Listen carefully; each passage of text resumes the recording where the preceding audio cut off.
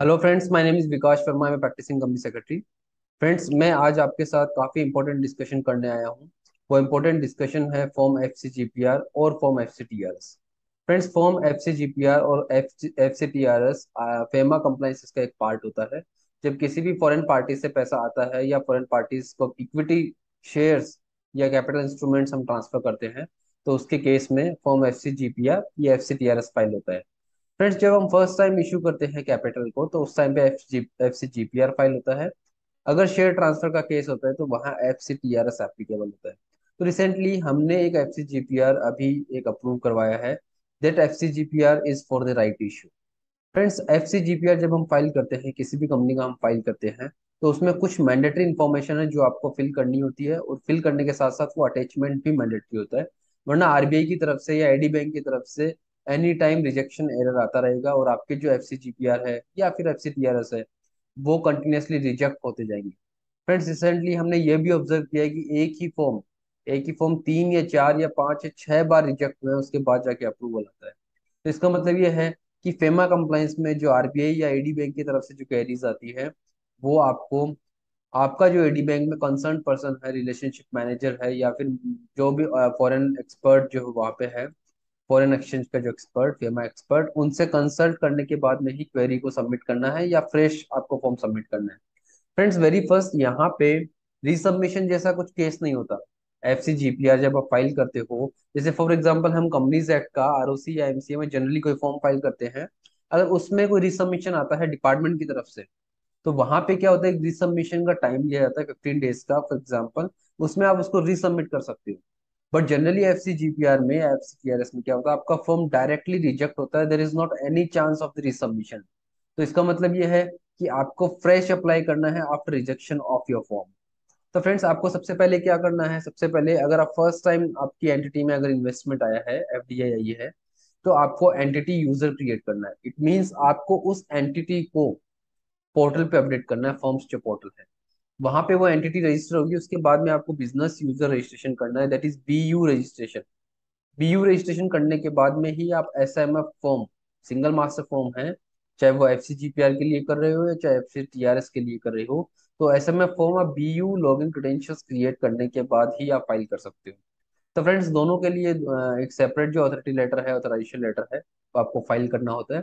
तो form F C G P R जब हमने राइट इशू के केस पे फाइल करते हैं, उसके कुछ इंपॉर्टेंट जो पॉइंट्स है, वो आपके साथ डिस्कस करेंगे। सबसे पहले आपको F I R C copy, foreign inward remittance certificate जो है, वो एडी बैंक से कलेक्ट करना है। क्योंकि जब पेमेंट आपको रिसीव कर, कंपनी के अकाउंट में जब पेमेंट रिसीव होता है, तो बैंक क्या करती है, एडी बैंक क्या करती है, जहां आपका बैंक अकाउंट मेंटेन्ड है कंपनी का, वो एक एफ आई आर सी आपको इशू करेगी, फॉरेन इनवर्ड रेमिटेंस सर्टिफिकेट। वो एफ आई आर सी आपको कलेक्ट करना है, and along with the F I R C आपको केवाईसी भी मिलेगा ऑफ द रेमिटर, जिसने डिपॉजिट करवाया पैसा, जो कंपनी है बाहर की। अगर आप फॉर्म फर्स्ट टाइम अगर कैपिटल इंस्ट्रूमेंट को दे रहे हो, तो उसका मतलब यह है कि जो वहाँ की केवाईसी है, वहाँ की केवाईसी मतलब जो रेमिटर है, मान लीजिए दुबई का फॉर एग्जांपल, या फिर यूएस का है, उसकी केवाईसी आपको एडी बैंक से मिलेगी। इट मींस एडी बैंक से हमें सबसे पहले F I R C collect करनी है, देन उसके बाद में हमें KYC of the remitter collect करना है। Third thing is really important, that is C S certificate. यहाँ पे फ्रेंड्स, सी एस का जो सर्टिफिकेट है, company secretary in all time practice का सर्टिफिकेट, आपको फॉर्म में अटैच करना है। F C G P R में आपको सेपरेटली सी एस सर्टिफिकेट या सी एस कंप्लायंस सर्टिफिकेट का एक ऑप्शन दिया जाएगा, वहां आपको अटैच करना है।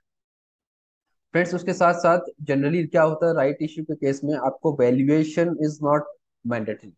जनरली वैल्यूएशन मैंडेटरी नहीं होता है, लेकिन अगर आपका केस रिनाउंसिएशन का है, फॉर एग्जांपल आपकी कंपनी में दो इंडियन शेयर होल्डर है, और वो इंडियन शेयर होल्डर्स को राइट इशू मिला है। अब वो इंडियन शेयर होल्डर्स अगर किसी फॉरेन पार्टी को रिनाउंस करते हैं, तो इस केस में आपको वैल्यूएशन सर्टिफिकेट चाहिए। एंड वैल्यूएशन सर्टिफिकेट कहाँ से चाहिए? आपको valuation certificate chartered accountant in practice या फिर आपको मर्चेंट बैंकर से चाहिए।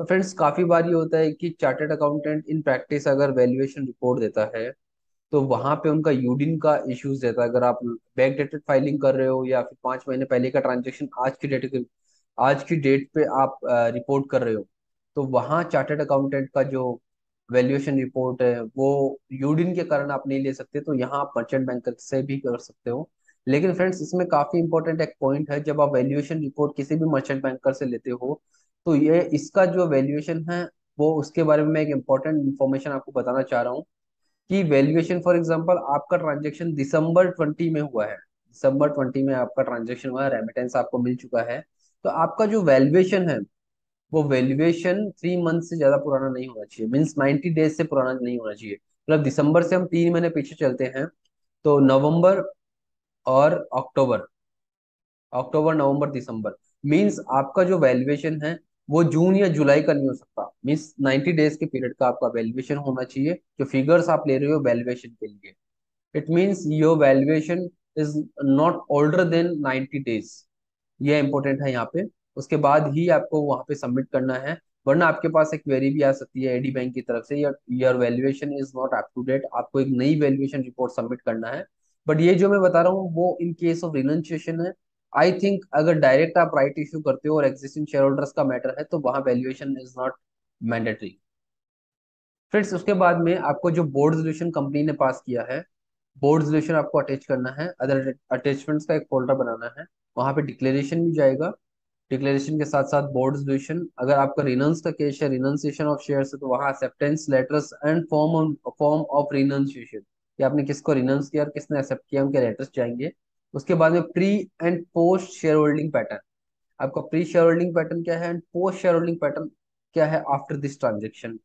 एंड देन फ्रेंड्स उसके बाद में एक डिक्लेरेशन जाएगा for utilization of excess balance for subsequent allotment. Friends यहाँ पे क्या होता है, फॉर एग्जांपल आपका जो कंसिडरेशन है, जो फॉरेन पार्टी से 10 CR आना है, 10 करोड़ आना है, बट आपके पास 10 करोड़ प्लस एक्स्ट्रा कुछ अमाउंट आती है, मान लीजिए उसके ऊपर 1 लाख रुपीज या 50,000 रुपीज एक्स्ट्रा आती है, तो उसका आपको एक डिक्लेरेशन देना है कि जो अमाउंट हमने एक्स्ट्रा लिया है, या फिर बैंक अकाउंट के जो चार्जेस है या बैंक के चार्जेस कटने के बाद में 40,000 रुपीज अगर बैलेंस बचता है, तो वो बैलेंस हम नेक्स्ट जो प्रोसीडिंग्स है या नेक्स्ट प्रोसीड्स है उसके अंदर हम सेट ऑफ करेंगे, उसको हम यूटिलाइज करेंगे। ठीक है फ्रेंड्स, ये डिक्लेरेशन इज मस्ट, ये डिक्लेरेशन काफी इंपॉर्टेंट है। ये अगर आपके पास एक्सेस बैलेंस रहता है तो आपको declaration for utilization of excess balance for subsequent allotment ये आपको अटैच करना मैंडेटरी है। एंड उसके बाद में फ्रेंड्स एक इंपॉर्टेंट अटैचमेंट जो है, that is PN3 from investor. PN3 is press note 3। PN3 में क्या होता है, बेसिकली आपकी कंपनी अगर लैंड बॉर्डर शेयर करती है, कुछ सिलेक्टेड कंट्रीज है उनके साथ अगर लैंड बॉर्डर शेयर करती है, तो उसका एक सेपरेट डिक्लेरेशन है, उसका एक ड्राफ्ट है, वो ड्राफ्ट भी आपको अटैच करना है। ड्राफ्ट को जो इन्वेस्टर है, इन्वेस्टर के लेटर हेड पे आपको साइन करके, that is also an mandatory attachment for the form FCGPR। Friends इसके साथ साथ जैसे ही आप फॉर्म फाइल करते हो, देर इज टू चांसेस कि आपका फॉर्म क्या तो डायरेक्ट रिजेक्ट हो सकता है, या फिर अगर रिजेक्शन नहीं आता तो अप्रूवल हो सकता है। तो फ्रेंड्स यहाँ पे अगर अप्रूवल आपको करना है तो जो भी मेन डॉक्यूमेंट्स है वो आप अपनी कस्टडी में रखिए, बैंक से या एडी बैंक से जो कंसर्न पर्सन है उसके साथ आप कनेक्टेड रहिए, और जितने भी फेमा कंप्लाइंसेस का जो मैनुअल है वो आप रीड करने के बाद ही फॉर्म FCGPR या फॉर्म FCTR आप फाइल कर सकते हो। फ्रेंड्स यहाँ पे हमारा जो केस है वो 30 डेज के अंदर फाइल हो जाना चाहिए, राइट इश्यू का केस है, अगर 30 डेज में फाइल करते हो तो कोई भी पेनल्टी नहीं आती है। पर रिसेंटली आपने देखा होगा कि LSF लेट सबमिशन फीस का एक प्रोविजन आया था, तो उसके अकॉर्डिंग हमें एक पेनल्टी पे करनी होती है अगर 30 डेज में आप फॉर्म फाइल नहीं करते हो, या फिर जो भी ड्यू डेट है उसके अंदर आप फाइल नहीं करते हो।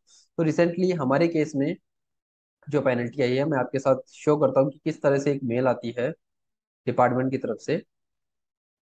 फ्रेंड्स इस तरह की एक आपको मेल मिलेगी, यहाँ पे अगर आपका फॉर्म अप्रूव होता है तो यहाँ पे आपका अप्रूव का स्टेटस रहेगा, एंड उसके बाद में this is an conditional acknowledgement for statistical purpose subject to payment of LSF late submission और ₹25,218 to RBI FED Mumbai regional office by DD drawn in favor of RBI payable at Mumbai within 15 days for contravening regulation, failing which LSF advice shall be null and void and the delay shall be constituted। तो friends यहाँ पे अगर आपका late filing होता है, late filing के कारण आपको जो भी अमाउंट की पेनल्टी है उसका एक सेपरेट ईमेल आएगा after the approval of the form. उसके लिए आपको सेपरेट एक DD जो है वो आपको सबमिट करनी है RBI को।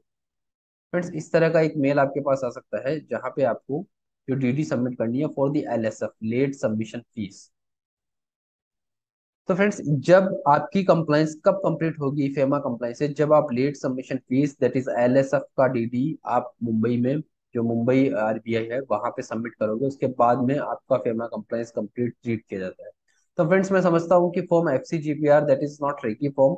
यहाँ पे प्रॉब्लम क्या आती है, सबसे पहले अर्लियर स्टेज में एंटिटी यूजर रजिस्ट्रेशन में, देन बीयू रजिस्ट्रेशन में इनके क्रेडेंशियल्स लेना काफी इंपॉर्टेंट है। इनके क्रेडेंशियल्स के बाद ही आपका एसएमएफ फॉर्म फाइल होगा। और यहाँ पे जो इम्पोर्टेंट है वो है अटैचमेंट्स। फ्रेंड्स, फॉर्म जो है, फॉर्म में काफी कम इंफॉर्मेशन रहती है, जितनी इंफॉर्मेशन जो रहती है वो आपका अटैचमेंट्स के थ्रू जाती है। तो जो अटैचमेंट्स है उनको आप कंपाइल कीजिए।